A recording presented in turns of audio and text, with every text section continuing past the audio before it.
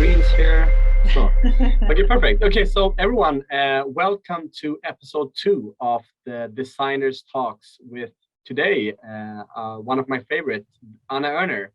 So, and the team today, for you that were here on episode 1 with Lina Bergström, and that was very appreciated. We have Erin Rollo. So maybe you can introduce yourself, Erin. Yes, hi again. Whoever is new and didn't join us, I'm Erin Rollo, the Marketing and Product Development Manager. We're very excited for our second episode of Designer Talks. We are now featuring Anna Ehrner, one of our wonderful Costa Boda designers, and we're very excited.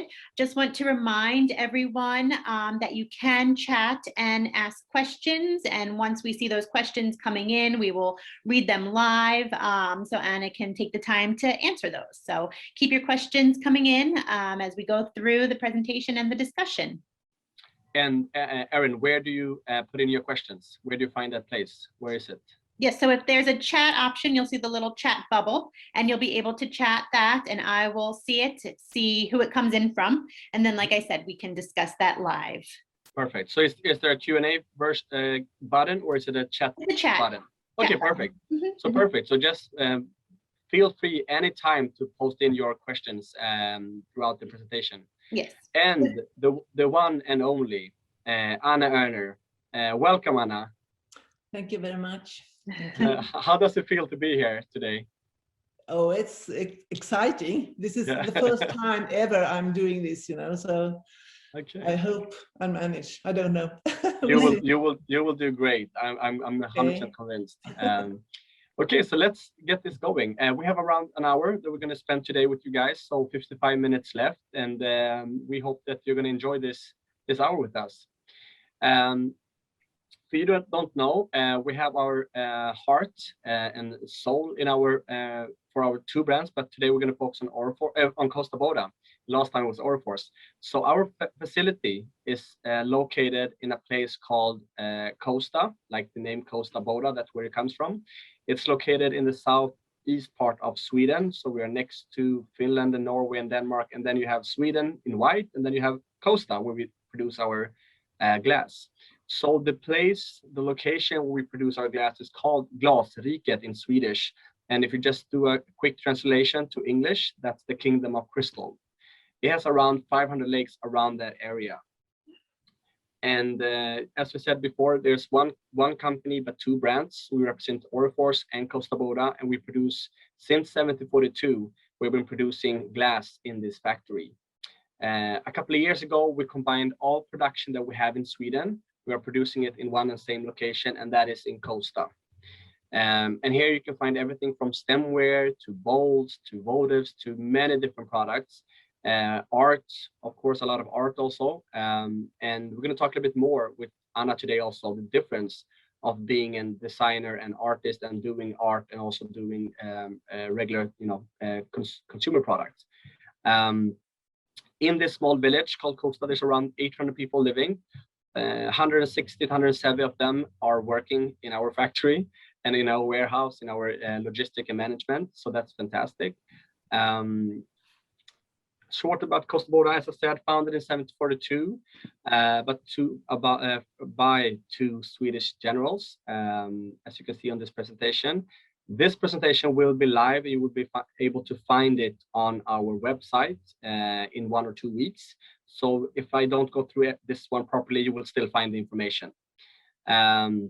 In 2017, we celebrated 275 years, so we're proud of that. We're 279 years at the moment, and we're very happy about that. And we're one of Sweden's oldest companies. And who is this lovely person, Anna Ehrner? So Anna, she studied at Konstfack in Sweden. It's the University of Arts, Craft, Design. She's also been a teacher there and hold seminars and lectures. She started working for Costa Boda in 1974. So she's been with us for a long time and done a lot of different products. Everything, like I said, from art to more regular consumer goods. She loves experimenting, and we will share a small video today with you from when she's in the hot shop for you to get a feeling on how it works. And yeah, and Anna is one thing that is very fantastic. Many don't know is that Anna Ehrner is the designer in Costa Boda's history that has sold the most pieces in quantity. So she is the number one sales person in of Costa Boda, and also for what I have to say, and she has really been able since 74 to produce product that so many people love and really want to have as an addition in their homes. So this is just an example of a product that Anna Ehrner designed. This was called Atoll, and it's a very popular votive that you can find in many homes all around the world. From Greece to Sweden to US to Canada, this has been a big success worldwide, and still are. And it's just stunning. And we're going to talk a little bit more about the technique and how she came up with this design later on.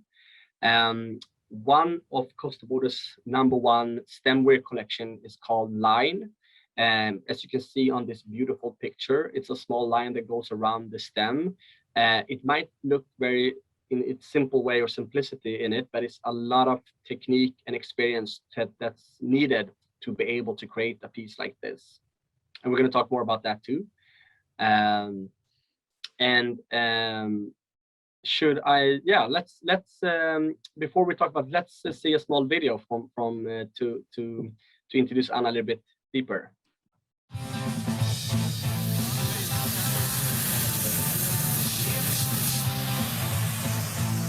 Mitt glas utgår ifrån mina sinnesstämningar.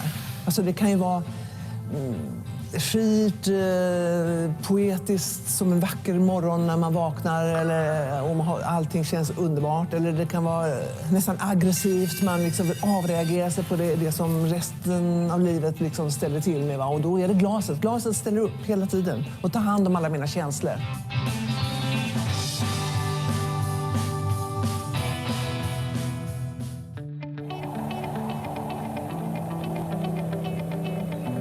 Det här är mitt servisglas som heter Line, med en dekor av en tunn pålagd kristalltråd som man lägger på i ett skede, inte för tidigt för då smälter den in, inte för sent för då ramlar den av, utan exakt rätt tillfälle.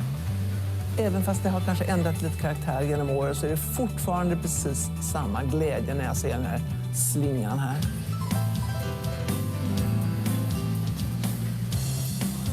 Man längtar ju dit, till hyttan. Alltså det är en verkstad där som gör alla mina experiment. Så man jobbar med samma killar som mina förlängda händer. Alltså. De vet precis vad jag vill. Jag behöver inte det enkla instruktioner, enkla ritningar, och de vet precis vad vi är ute efter. Någonting som jag har jobbat med mycket, det är ju det här som att låta glaset bara rinna på ett speciellt sätt som kanske ter sig lite konstigt. Va? Och jag älskar det, jag tycker det är så himla härligt. Men det går liksom att jobba med det på så många sätt. Det är en jättespännande teknik. Ju mer man kan, desto friare och konstigare vågar man ju gå, eller vill man gå.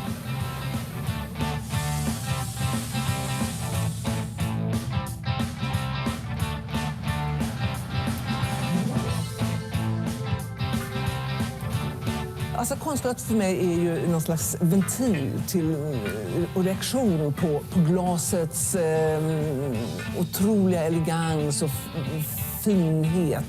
Till slut så kan jag liksom känna att jag vill liksom gå och alltså förstora det här vackra. Alltså verkligen arbeta på ett sätt som är emot alla regler. Jag vill gravera, liksom, jag vill måla på ett sätt, jag vill rista, jag vill liksom få bort den här vad ska jag säga, vackra elegansen.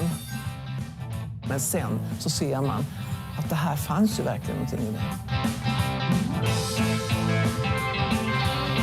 Jag vill liksom att mitt glas ska beröra.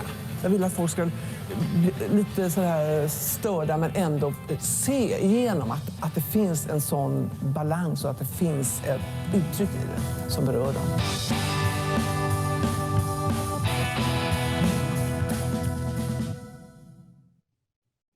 Wow, thank you.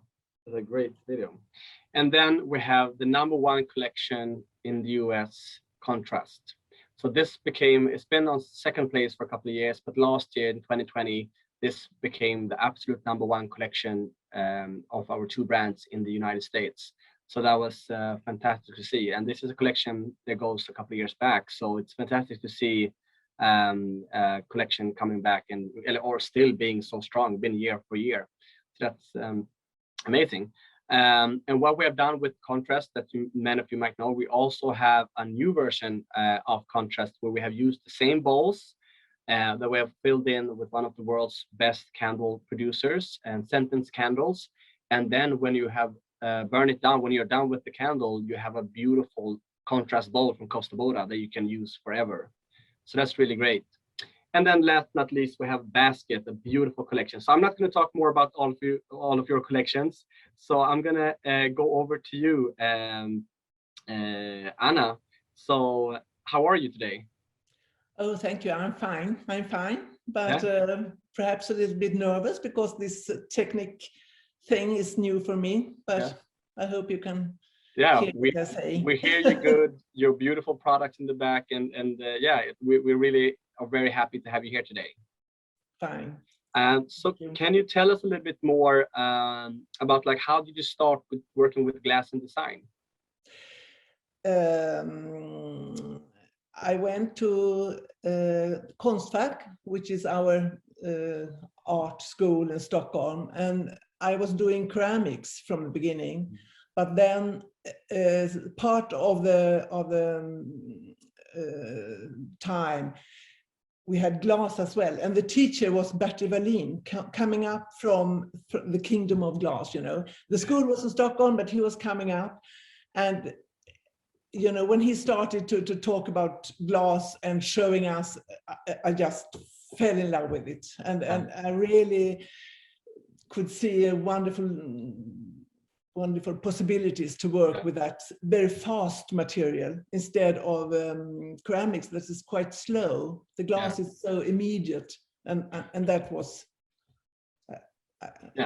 I felt that was my thing. So then after Konstfack, the school, I went down to the kingdom of glass, and I started at Kosta directly. And how did it, like, because there was at that time there were many hot shop or glass factories in Sweden. So what made you choose Kosta?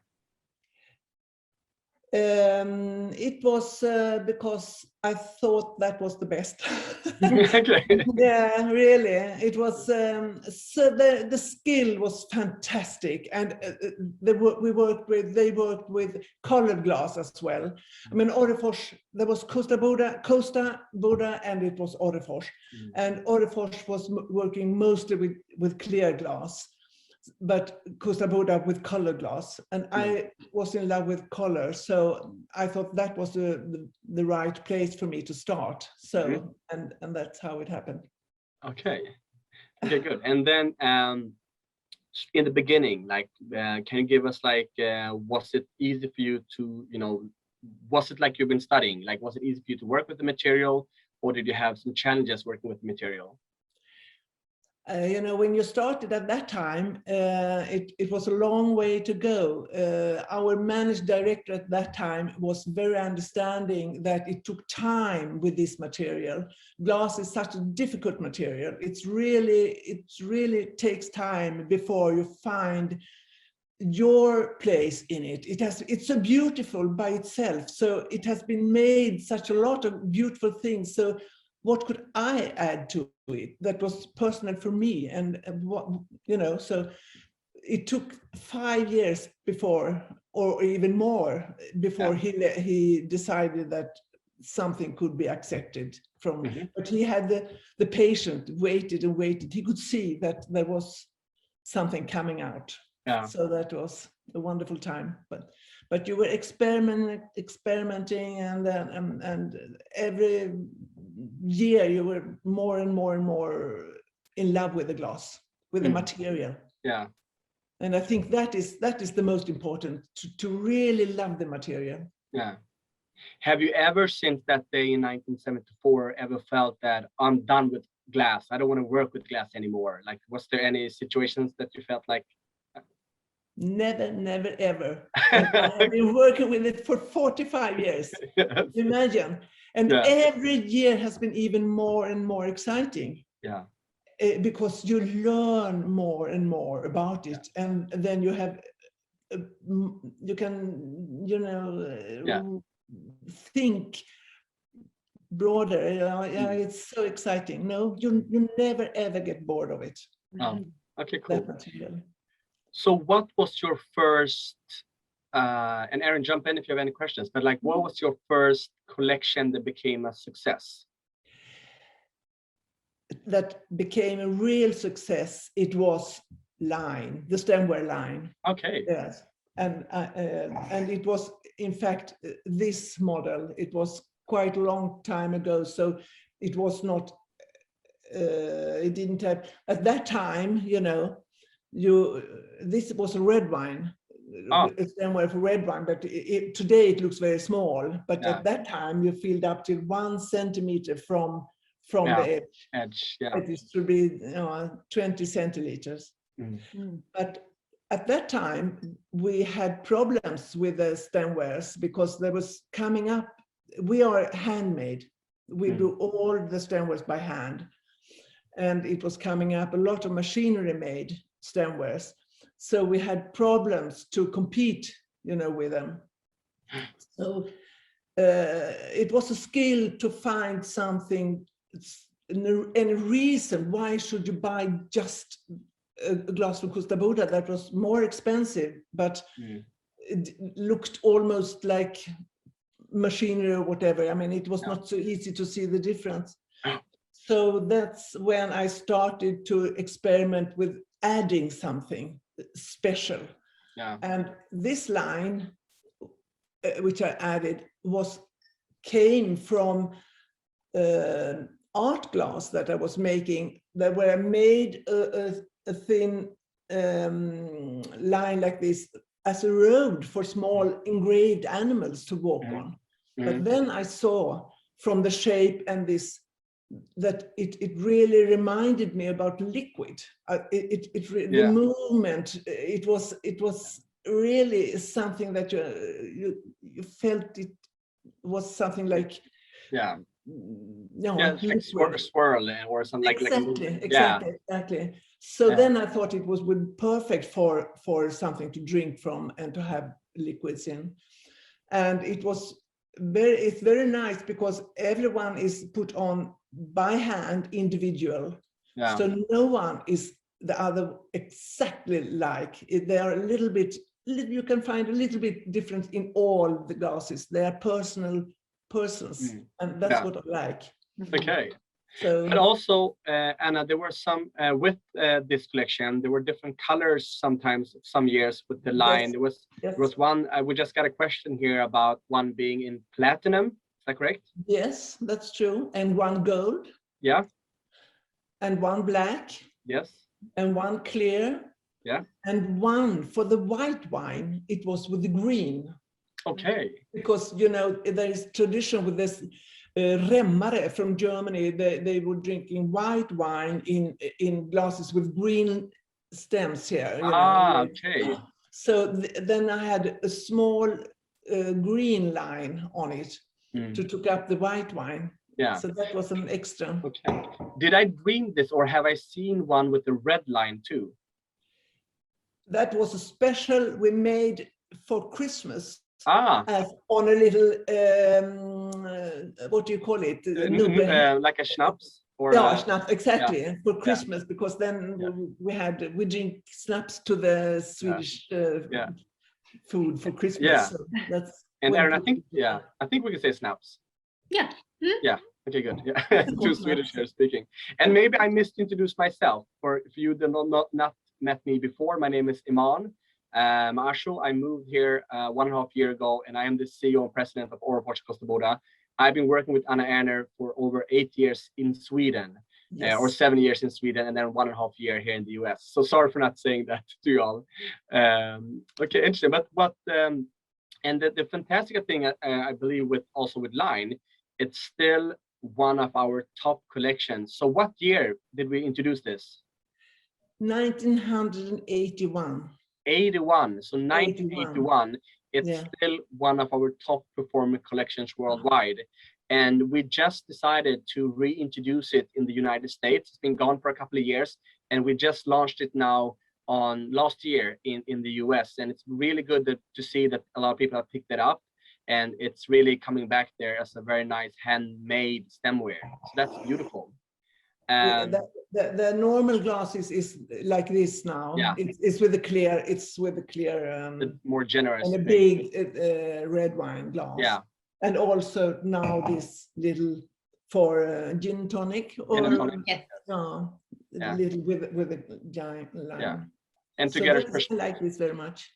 yeah, and to get a perspective, this is around like 20 ounces here in the US, that glass that Anna is holding right now. So that's a beautiful, nice, generous size for the US market. That's perfect. Yeah. You had another big success, Atoll. Yes, that Can you was. tell us a little bit more about that?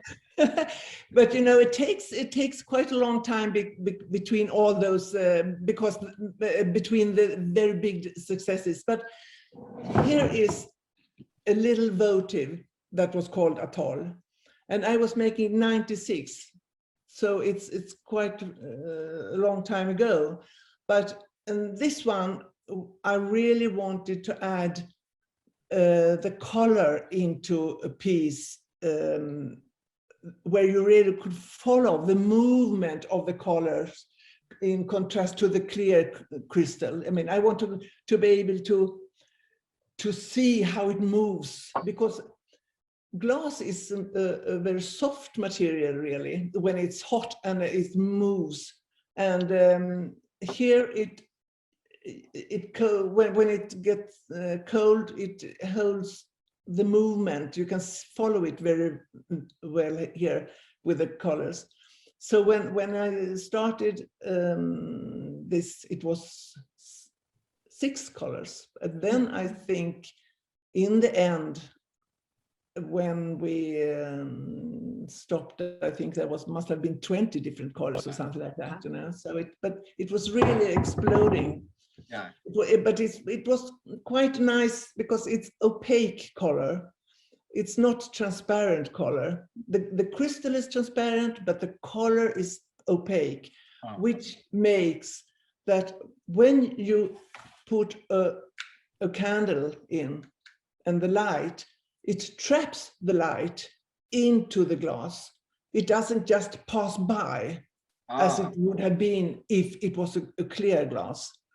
But now here, because of the opaque color here, it traps it, so it glows. The whole one glows, and I think that is something that was new, very new at that time. Yeah, and I think, sorry, Erin, you go. No, I was just going to ask, with a design like that, where your inspirations, you know, come from. Is it with nature or just something that you've experienced in your life? There were many patterns with Atoll, being the vases and the platters. Like, where did you gather your inspirations for it?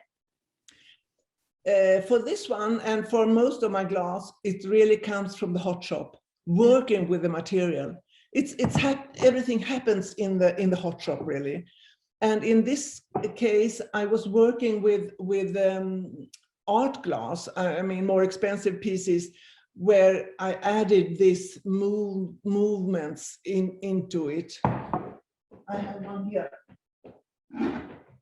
Perhaps you can see this. Yeah. It was coming from this one. Here I got the inspiration, but this was too complicated to make and to have as votives and more pieces that was more in production. Mm-hmm. So I wanted to find a way to get the same kind of feeling. And so this one is made, you take first clear glass, clear crystal, and then you roll it into opaque colored glass. What you call it, mjöl. Okay, yeah, powder. Okay. Yeah, powder, exactly. And you roll it, and then you put on more crystal and outside. So it's trapped inside, and then you just let it flow free. So this one has never been touched by anything. It's just the free end of the crystal, which makes it so soft and nice, but still. And I wanted, because this is such a complicated kind of pattern, you know, I really wanted the shape to be the most simple as ever, so you could see the pattern. I didn't want the shape to be complicated or anything, just a holder of this that pattern, colored thing. So that is what the whole atoll production is, just a question of being simple but having this movements of the color, and no one will ever be the same, but they will be, you know, they will be family, but all of them will be everyone's unique. And I think that you can see an Anna Ehrner design DNA when you also move over to contrast. Do we have a contrast? Do you have a contrast with you there, or should I? Yes, I have one here. Here I have one. Yes, there's exactly. a beautiful contrast. So this is one of our top sellers in the US, or I would say also worldwide. This has been such a big #1 product in, for example, Greece for so many years before the finance crisis that they had, but they are still having. But why do you think that this product has been so successful is my first question. But my second question also, can you tell us a little bit about how, like, the centrifuge technique, because that was founded many years ago by Costa Glasbruk, or Orifors, maybe it was. Orifors, sorry. Orifors, thank you. That was the look. Yes, Orifors, but fantastic technique. Fantastic technique. So can you tell us a little bit about why you love the centrifuge technique so much also? The technique is fantastic because you have a mold and you put in the glass, and then it turn around centrifuge up, and it grows up. The glass grows up, you know, but the edge, it's not touched by any mold or anything. It's free, and everyone, you know, you can have the very free, soft glass feeling in it. Yeah. And in this case, I also wanted to have a very, very simple shape, as you can see. Yeah. It's the most, it's like a tall, fast, bigger, really clear, so you can see what is happening into the glass. Yeah. And it's made in the same way that you first take a clear, then you take the powder, and then clear again, and you put it down into the mold. And before you let it come up, you put on strings. That's why it's called contrast. Mm-hmm. But it is the contrast between the lines here and the color. So it happens something, and it happens something very individual. Everyone is unique too, because no one is ever the same, looking the same. Yeah. And you can add from clear glass, you can add from outside the powder, and you can from the same time make many different colors, which otherwise is so complicated to have all the colored glass in the pot, or what you call it. Here is the clear, and you add the meal, powder, and I think afterwards, when I'm working with this such a long time, I think this contrast is really the mixture between the atoll and the line. It is the lines. I can see that afterwards. I probably longed for to you know, go with the line into an atoll, and it became, of course, thinner, but it's very much me. It's very much what I've been working with. So, but I really like to add different But I think that's amazing because like contrast has been like I said so popular and but you really see the Anna Ehrner design DNA in your different products. We have had a huge success with um, uh, Swedish horse that we're selling very well here in the US, and it's a big success even in Sweden, all over the place, and you can really see that that design DNA from you know, picked up in Atoll. You can see it in line, you can see it in contrast, you can see it in the Swedish horse. But can you tell us a little bit like a story, because there is a connection with you and horses. Can't you just tell us where your inspiration comes from for producing the Swedish horse? Yes, I can. As I've already told you, I'm very much in love with glass. I really like that material. And I like the color when it came like this, but I also love horses. Yeah. And I had a lot of horses before when in former years, you know. And the best thing with having horses was to see when they were, you know, running free on the what do you call it? Erin, what do you call it? The acres or what? Yeah, just the farm, the field. On the farm. Yeah. And so I think this, I wanted to make a tribute. Is it tribute? For the horses and the glass material put together, because that's the two things I love so much. Yeah. So I made a horse with a clear crystal where I put in the technique of putting the colored glass, and then in a very, very simple way, but I still think I got the movement, kind of movement, because no, there it is. And it's still really inspired by all the other things I've been doing, really. Yeah. But it's a very simple little horse, just because I really love horses, and I think it's movement, which I like. Yeah, you can really see the movement in the piece, like even if it's a, you know, just a sculpture that is there, but you really see that that you told us before also, but like that the movement in this object. So I think that's and the material. Yeah, so and the material, and you see the I material. think it's a fantastic mixture between my two.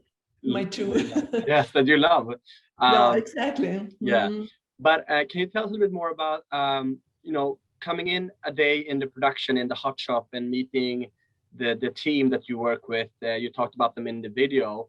How does it work? Like, do you like? I have been fortunate enough to see you when you were producing a product in the hot shop many years ago, and I was so impressed because in the middle of everything, when you were standing there with all these guys and girls, and it was warm, and it was so many things happening, and they were blowing there, and they were blowing things, and I think they were producing nonstop. The pink bowl vase that you have behind you on your left-hand side. I saw you just go down on your knees, and you took like a pen or white, I don't know what to call it in English, but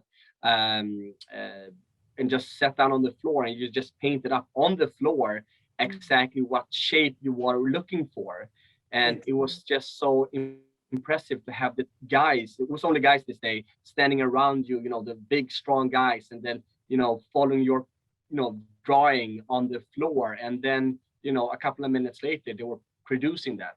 So can't you just share a little bit with us and the people that are here today about how is it and how does it work to when you come into the production? Yeah, it all starts that my inspiration is mostly coming from the hot shop, from all the other years I've been working there for a long time, and then it starts in my brain, in my head. I can see what I would like to achieve, you know, and then I walk into the hot shop, and I'm always working with the same guys. Also, our experimental group is the same, and they are very much interested in finding new ways and to finding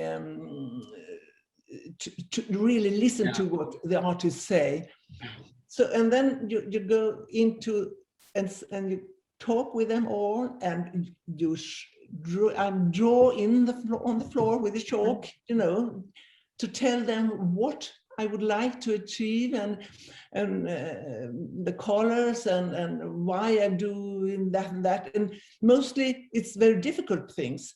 But after so many years, they trust me. And that is what is so wonderful, by staying, having the possibilities to work so long at a place, that they really start to trust you, that you know what you are talking about. Yeah. So then I just need very simple drawings on the floor, and there we are discussing, and they are understanding what I mean, because we know each other so well. Yeah. And then they start to work. But in the meantime, during the process, I sometimes, and many times, find new things happening. You know, sometimes, wow, that was, because the material is so alive and so soft and so fantastic, you find something during the meantime. So then you can tell them, stop, now, go that way instead. And I saw something there. And then you can describe it again very easy for them, and they understand. That is inspiring. Yeah. Inspiring. Mm. And you mentioned though how, sorry, that it's the trust of you trusting them, but at the same time, you need to trust them, which is as important, you know, because they're taking your vision from in here or a sketch and trying to figure out the best way for that to come to life. So it's trust on both ends, and a complete relationship for many, many years, I'm sure. Exactly. Yeah. You can imagine in the beginning, when you came from the school, art school, and I told them, do that, you know, I want it like that. They didn't trust me. They didn't think I knew at all what I was talking about, and probably I didn't. And after all those years, I know the material, I know the techniques, I know, but still I am curious and want to go on, and they trust me. So if I believe that we could achieve something by doing in that way, they don't say, no, we have never been doing that before. They say, okay, we can try, because if you think it will work, we'll try. And that is wonderful. Yeah. That is wonderful. So I just want to remind everyone, you can use the Q&A function to keep on putting in some questions. And we did get a question from Britt, and she asked us, does the number etched on the bottom tell you the designer? And yes, it depends a little bit what kind of product you buy. So if you do buy an art object, limited piece, unique piece, or artist collection, you will always have the signature, or the first letter of the first name and first letter of the last name on the bottom of each product. We don't do this on regular consumer, like a bowl or a vase. You will only have the Costa Boda logo in the bottom. So that's how it is. So please keep on asking us questions. And again, just to jump in here, I've noticed a nice piece around your neck that you're wearing. I think that we should probably bring that up and talk about that for sure, to let people know that you've also had designed some jewelry for Costa Boda. So can you talk a little bit more about that? Yeah, it all started, it ended up really with the collection. Art to Wear, I think it was called. It was many years ago. Then it was a collection with about 10 different glass items that was supposed to, you could wear it. But it all started with that I've always had this, always something here. And I picked up a lot of whatever, you know, from the floor, or from something broken, or for wherever. And you know, I was always interested to see if I could make a kind of glass jewelry from it. And during the years, as I've been working there for 45 years, I think I have something glass piece around my neck in 30 of those. And then the people said, oh my God, it looks quite nice. Perhaps we could make a collection. And it ended up with a collection, but that was some years ago. But I'm still into it, you know. I always have something. And this is a little glass piece. I don't know if you see, it's clear glass with the color outside. So I mean, you can really see also on that piece. you can see so clear on that piece that it's an Anna Ehrner. Yes, it's really something that I've been working with as well. So it's Thank you. We received a question about a collection that you produced that was called Secret Message. Yes. A couple years ago. Can you tell us a little bit more about the inspiration behind the collection? I don't. I don't know really which. Okay, so Erin, you can take another question, and I will share a picture of the collection. I made. It was a little bit different. I'll share a screen or I can just ask a question. Another question. I'm looking now at a few. Someone just asked a question about non-stop and wanting to know what your inspiration was and how you designed non-stop. And do you think there'll be any more shapes, perhaps, to that collection? I don't know really what's going to happen, but I think it's this you're talking about. Yes, for me this is a piece of really lot of. It's quite heavy, quite thick, and quite heavy, and a lot. The color went round and it never stopped, kind of, so that's how it came non-stop, the color around the clear glass. And I think it's a vase, and and this bowl, so and in 3 different colors, but for me I wanted to make it as a real quite heavy statement of the clear crystal and the color together, as a centerpiece in a room, or what. I really wanted it to be seen, so, but I don't think now it's any more models going on.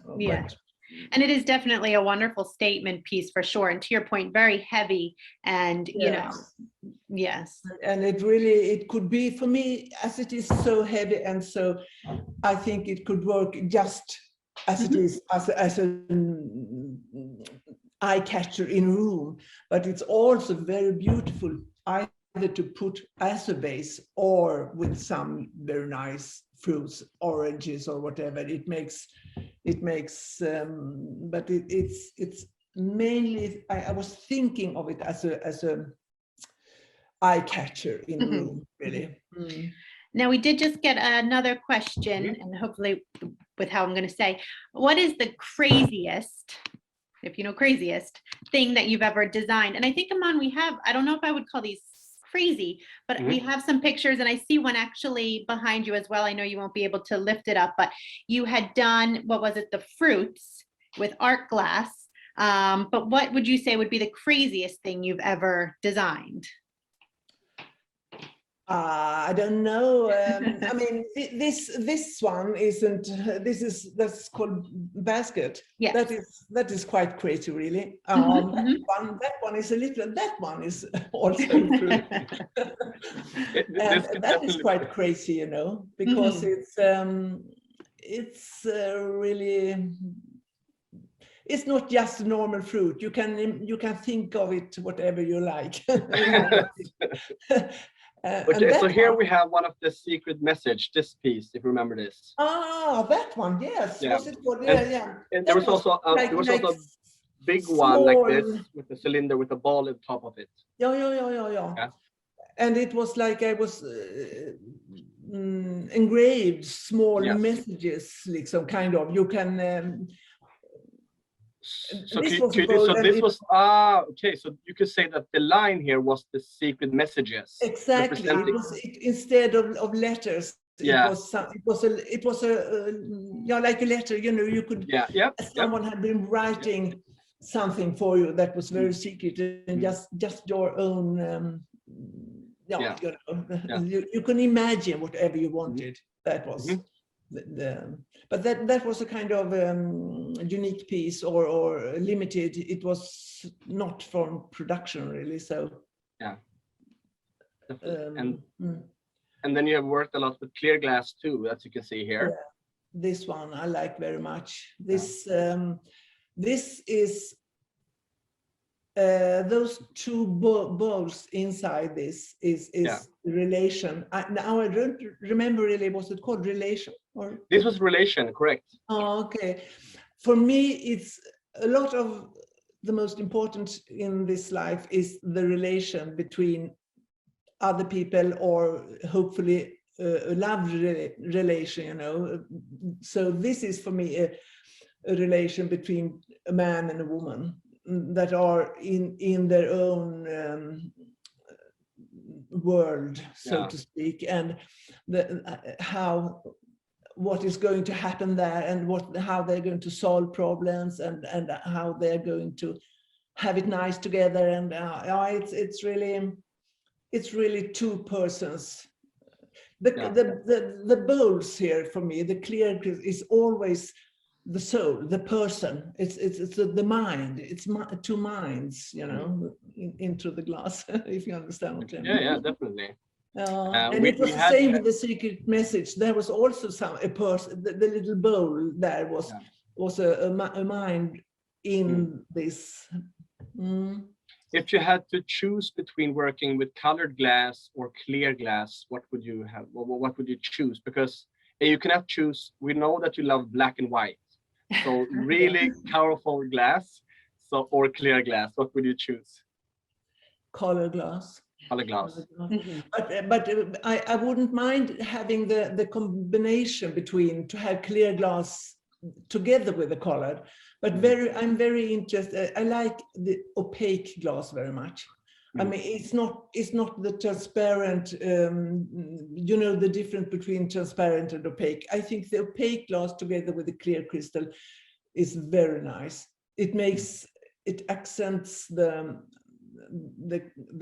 opaque form. So in a way, it is a carrier. It's a carrier of the color. Then the clear crystal is carrier of the color.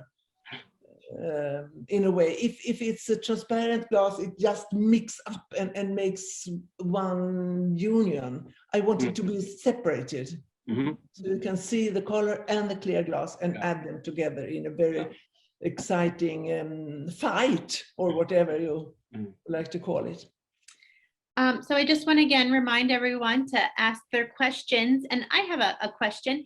So if you've been with Costa for many, many years now, and you've had a lot of time to meet with some of the other designers, of course, if you had the chance to collaborate with one of the other designers and, you know, come up with a collection perhaps, which designer, who would you say that would be, that you would have wished you could have collaborated with?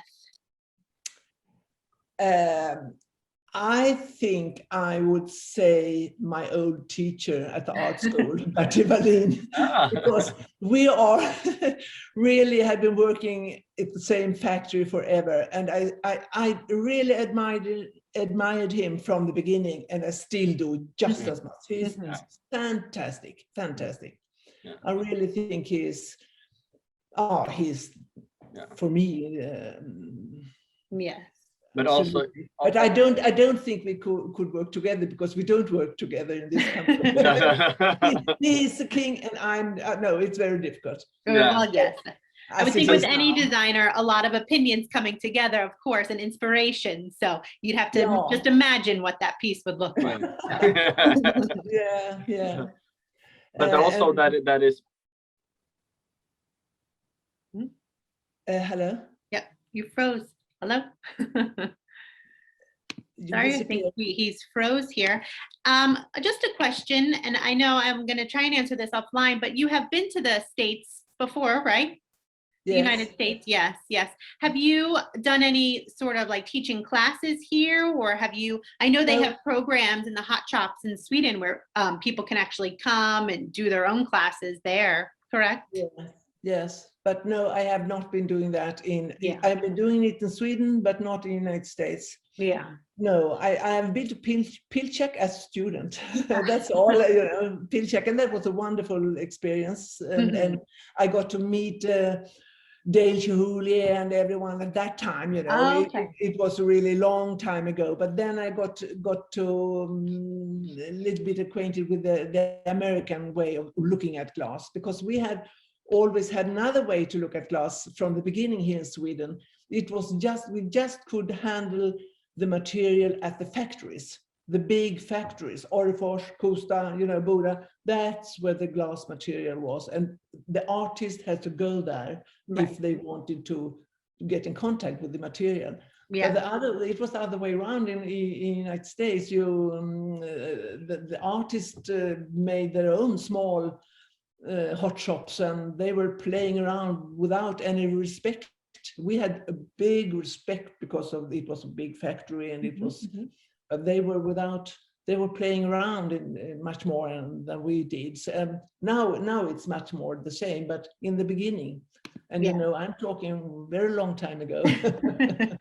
I did get a comment, just want to read it to you. Anna, you are a rock star. Thank you so much for your time and insights. This was wonderful. You know, we do understand it is late there, so we thank you for joining us at this hour. I'm sure Mon must have lost his service there, but he should be joining us again. Another question did come in, and this says, since contrast is one of the most successful patterns, would you consider making it more limited edition colors? You've made the gray color, but it is much like the white. Our customers are loving color. And that's something that we do hear a lot about all of your designs and collections, is it's so impactful because of the color being so strong. So I guess the question, would we consider doing any limited edition, you know, contrast colors? I really don't know. I really don't know. In fact, it's not only me deciding it. We have the kind of factory and the people that decide what's coming in the collection and how it's going to be. But I like this design a lot, and I like so it's not so for me. My personal I would like to. It wouldn't be wrong for me doing it, but it's a question of technical convenience and to how to handle it, you know. It's a lot of computer numbers and things nowadays, so it's not just going in and take one and go away. So yes. And then, I mean, one more question. So of course, all of your collections, you can consider them all as your children, you know, your babies. Would you say that there is a personal favorite of yours that you were just so, you know, when you designed it and created it, it was, this one will always be, you know, my favorite?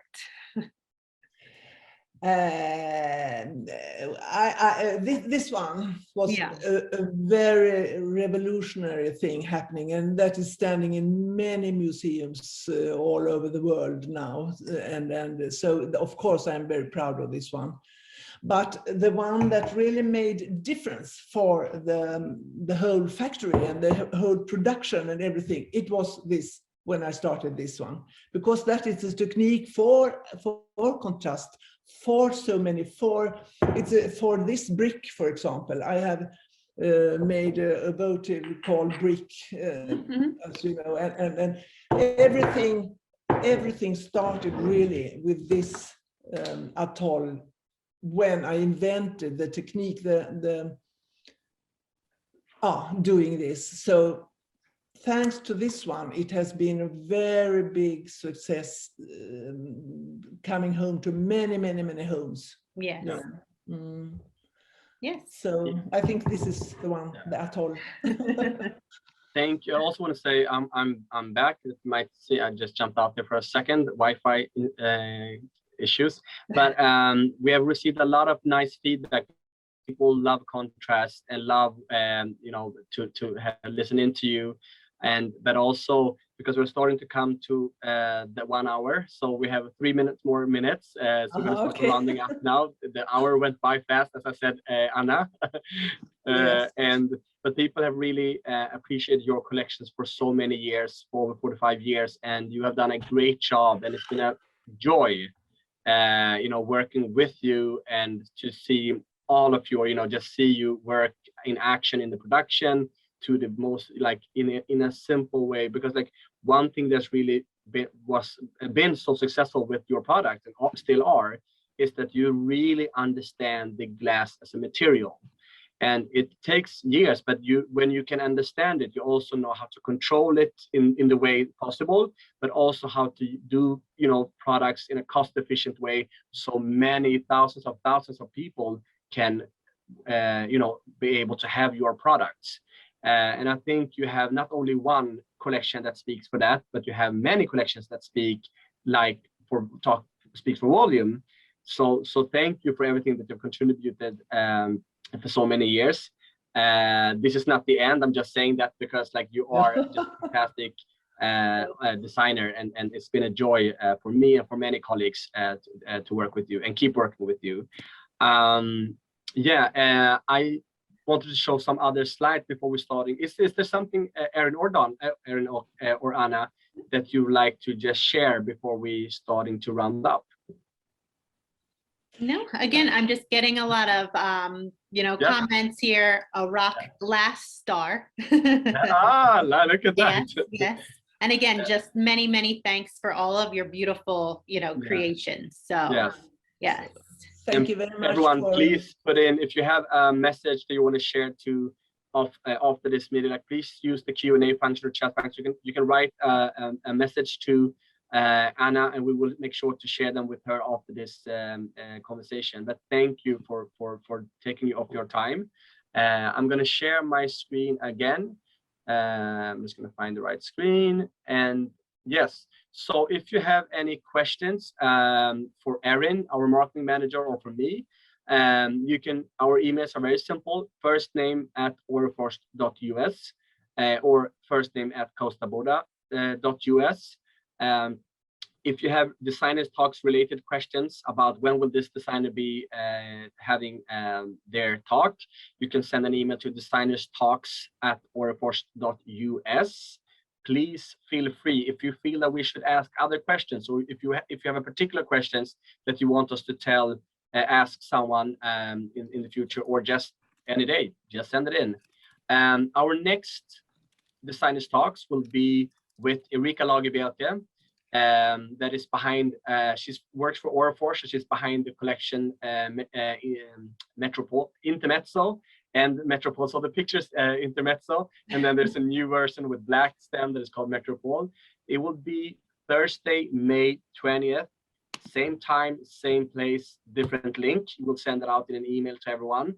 If you have joined this meeting today, you will receive an email with an invitation for that talk. There will be 10 a.m. PST and 7 a.m. in Sweden. And yeah, so please join us at the designers talk with Erika too. And last but not least, we want to say a big thank you to all of you that have joined us today. Thank you, Anna. Thank you, Erin. Great job. Thank you, and it was wonderful. Thank you And we very hope much. everybody enjoyed. Thank you all for joining. Thank you all for joining. Okay. Thank you very Bye-bye. much. Bye-bye.